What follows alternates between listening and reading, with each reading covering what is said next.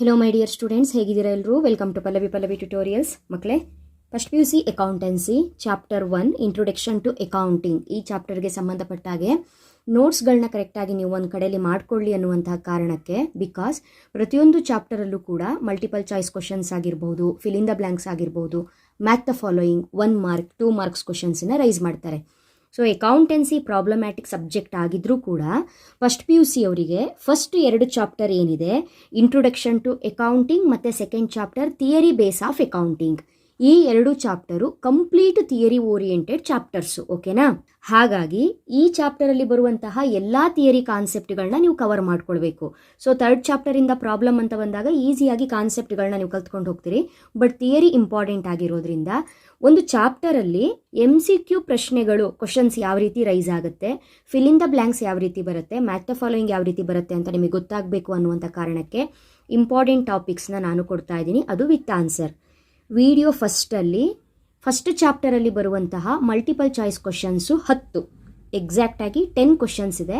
ಆ 10 questions multiple choice questions ಯಾವುದು, ಅದಕ್ಕೆ 4 ಆಪ್ಷನ್ಸ್ ಹೇಗೆ ಕೇಳ್ತಾರೆ, ಅದಕ್ಕೆ ರಿಯಲ್ ಆನ್ಸರ್ ಯಾವುದು ಅನ್ನೋದನ್ನು ಹೇಳಿದ್ದೀನಿ. ಆ ವಿಡಿಯೋನ ವಾಚ್ ಮಾಡಿ.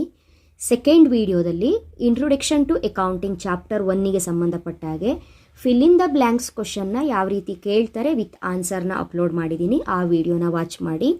ಈ ವಿಡಿಯೋದಲ್ಲಿ ಚಾಪ್ಟರ್ 1ನಲ್ಲಿ ಕೇಳುವಂತಹ ಮ್ಯಾಚ್ ದ ಫಾಲೋಯಿಂಗ್ ಕ್ವಶನ್ಸ್ ಯಾವ ರೀತಿ ಕೇಳ್ತಾರೆ, ಅದಕ್ಕೆ ಆನ್ಸರ್ ಏನು ಅನ್ನೋದನ್ನ ಹೇಳ್ತೀನಿ. ಸೊ ಎಕ್ಸಾಮಲ್ಲಿ ಮ್ಯಾಚ್ ದ ಫಾಲೋಯಿಂಗ್ ಕೂಡ 5 ಮಾರ್ಕ್ಸಿಗೆ ಇರುವಂಥದ್ದು.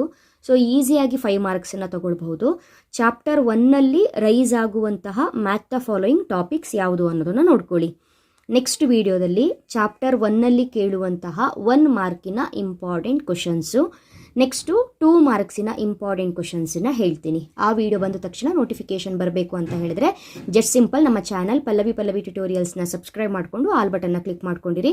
ನಿಮ್ಮ ಅಕೌಂಟೆನ್ಸಿ ಬಿಸ್ನೆಸ್ ಸ್ಟಡೀಸ್ ರಿಲೇಟೆಡ್ ಏನೇ ಟಾಪಿಕ್ಸ್ ಬಂದರೂ ಕೂಡ ನಿಮಗೆ ನೋಟಿಫಿಕೇಶನ್ ಬರುತ್ತೆ ಮಕ್ಕಳೇ. ಓಕೆನಾ? Next chapter 2 theory base of accounting ಏನಿದೆ, ಅದ್ರದ್ದು ಕೂಡ ಇಂಪಾರ್ಟೆಂಟ್ ಕಾನ್ಸೆಪ್ಟ್ಗಳು ಏನಿದೆ ಆ ನೋಟ್ಸನ್ನ ಪ್ರೊವೈಡ್ ಮಾಡ್ತೀನಿ. ನೆಕ್ಸ್ಟು ಈಗ ನಾನು ಅಪ್ಲೋಡ್ ಮಾಡ್ತಾ ಇರುವಂತಹ ಪ್ರತಿಯೊಂದು ನೋಟ್ಸಿನ ವೀಡಿಯೋಸ್ಗಳೇನಿದೆ, ಈ ವಿಡಿಯೋಸ್ಗಳ ಕಮೆಂಟಲ್ಲಿ ನಿಮಗೆ ಲಿಂಕ್ ಸಿಗುತ್ತೆ. ಆ ಲಿಂಕಲ್ಲಿ ಫಸ್ಟ್ ಚಾಪ್ಟರು ಮತ್ತು ಸೆಕೆಂಡ್ ಚಾಪ್ಟರಲ್ಲಿ ಬರುವಂತಹ ಎಲ್ಲ ಥಿಯರಿ ಕಾನ್ಸೆಪ್ಟ್ಗಳನ್ನು ಎಕ್ಸ್ಪ್ಲನೇಷನ್ ಕೊಟ್ಟಿದ್ದೀನಿ, ನಿಮಗೆ ಅರ್ಥ ಆಗೋ ರೀತಿಯಲ್ಲಿ ಎಕ್ಸ್ಪ್ಲೈನ್ ಮಾಡಿದ್ದೀನಿ. ಸೊ ಕ್ಲಾಸಸ್ ಬೇಕು ಅಂತ ಹೇಳಿದ್ರೆ ಆ ವಿಡಿಯೋನ ವಾಚ್ ಮಾಡಬಹುದು. ಓಕೆ, ನೆಕ್ಸ್ಟ್ ಇವಾಗ ಮ್ಯಾಥ್ ದ ಫಾಲೋಯಿಂಗ್ ಟಾಪಿಕ್ಸ್ ಯಾವ್ದು ನೋಡ್ತಾ ಹೋಗಿ. ಇಲ್ಲಿ ಕೇಳುವಂಥದ್ದು ಎಕನಾಮಿಕ್ ಈವೆಂಟ್ಸ್ ಅಂತ ಕೇಳಬಹುದು. Payment of monthly rent to the landlord ಅಂತ ಆನ್ಸರ್ ಆಗುತ್ತೆ. ಎಕ್ಸ್ಪೆನ್ಸಸ್ ಅಂತ ಕೇಳಿದರೆ cost incurred by a business, ಇದನ್ನು ಕಲ್ತ್ಕೊಳ್ಬೇಕು. ಡಿಸ್ಕೌಂಟ್ ಅನ್ನೋ ಟಾಪಿಕ್ ಮೇಲೆ ಕೇಳಬಹುದು. Deduction in the price of goods ಅಂತ ಕಲ್ತ್ಕೊಳ್ಳಿ. ಗೂಡ್ಸ್ ಅಂತ ಕೇಳಿದರೆ ಪ್ರಾಡಕ್ಟ್ಸ್, ಇದಂತೂ ತುಂಬ ಇಂಪಾರ್ಟೆಂಟು. ಡಾಕ್ಯುಮೆಂಟರಿ ಎವಿಡೆನ್ಸ್ ಅಂತ ಕೇಳಬಹುದು. ಓಚರ್ ಅಥವಾ ಓಚರ್ ಅಂತ ಹೇಳಿದರೆ ಡಾಕ್ಯುಮೆಂಟರಿ ಎವಿಡೆನ್ಸ್ ಅಂತ ಕೇಳ್ಬೋದು. ನೆಕ್ಸ್ಟು ಇಂಟರ್ನಲ್ ಯೂಸರು ಮತ್ತು ಎಕ್ಸ್ಟರ್ನಲ್ ಯೂಸರ್ ಕಾನ್ಸೆಪ್ಟ್ ಮೇಲೆ ಕೇಳಬಹುದು. ಸೊ 1 ಮಾರ್ಕ್ 2 ಮಾರ್ಕ್ಸಲ್ಲೂ ಈ ಕಾನ್ಸೆಪ್ಟ್ ಇಂಪಾರ್ಟೆಂಟೇ. ಅಕೌಂಟೆನ್ಸಿ ಇನ್ಫಾರ್ಮೇಷನ್ ನೀಡಿರುವಂತಹ ಇಂಟರ್ನಲ್ ಯೂಸರ್ಸು ಮತ್ತು ಎಕ್ಸ್ಟರ್ನಲ್ ಯೂಸರ್ಸು ಯಾರ್ಯಾರಂತ.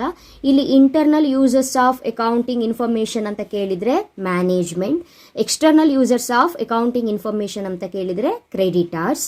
ಕಾಸ್ಟ್ ಅಕೌಂಟಿಂಗ್ ಅಂತ ಕೇಳಿದರೆ ಇದು one of the branch of accounting. Cost accounting, financial accounting, management accounting, ಇದು 3 ಕೂಡ ಬ್ರಾಂಚಸ್ ಆಫ್ ಅಕೌಂಟಿಂಗ್ ಆಗಿರುತ್ತೆ.